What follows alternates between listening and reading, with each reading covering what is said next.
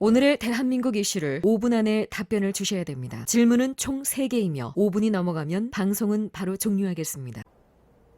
트럼프는 코로나가 안 무섭답니다. 아마 저는 이렇게 생각합니다. 트럼프가 왜 대통령이 그 말을 했을까?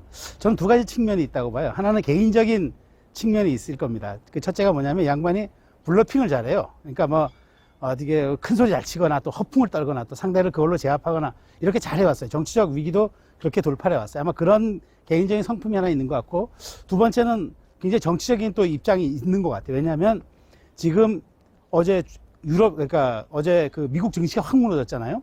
그러니까 지금 이게 그야말로 이제 글로벌 공포로 치닫으면서 미국 경제도 하강 국면을 이제 갈 수가 있다는 거죠. 그렇게 되면 사실 지금 그 트럼프 대통령이 지금 사실 재선 가도에서 굉장히 경제 실적을 지금 그야말로 그거를 좀 부상하고 화두로 삼으려고 하는 마당에 차질을 빚게 됐으니까 그런 본인의 희망적 사고가 작용이 돼서 큰 소리를 치는 것 같아요. 그런데 정말 조심해야 될 사람이야말로 트럼프 대통령 아니겠습니까? 70세 초반의 고령에다가 위험군에 속하는 사람이에요. 그러니까 이렇게 지금 해서는 안 되는데, 사실 저는 그 트럼프 대통령이 지금 굉장히 지금 잘못하면 큰 실수를 하고 있다고 봅니다. 왜냐하면 초반 대응이 굉장히 좋았어요.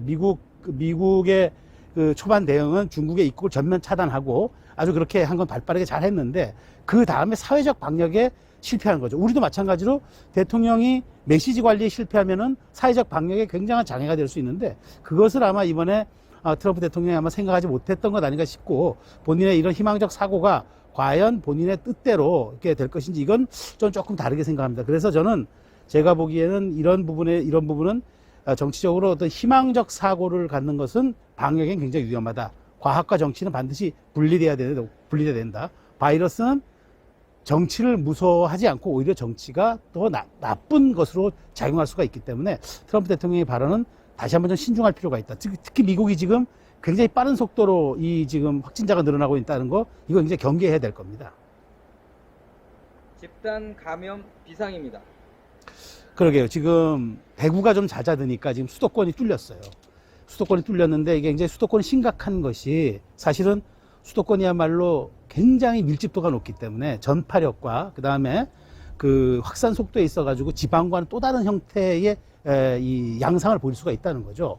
그렇기 때문에 지금 사실 외국도 그렇잖아요. 지금 이탈리아뿐만 아니라 전 유럽과 남미까지 뚫리고 있는 상황. 그러다 보니까 WHO가 상황이 미적미적되니까 CNN이 뭐라고 했습니다. CNN은 바로 지금부터 글로벌 팬데믹으로 부르겠다. 세계적인 지금 집단 감염으로 지금 선언하겠다고 지금 CNN은 얘기하잖아요. 이런 상태에서 지금 조금 저도 아쉬운 게, 자꾸의 정부 관계자들의 조기종식 발언이 희망적인 사고가 맞물려서 나오는 것인가. 이거는 지난번에도 우리가 뼈저린 한번 2월 초에 한번 당하지 않았습니까?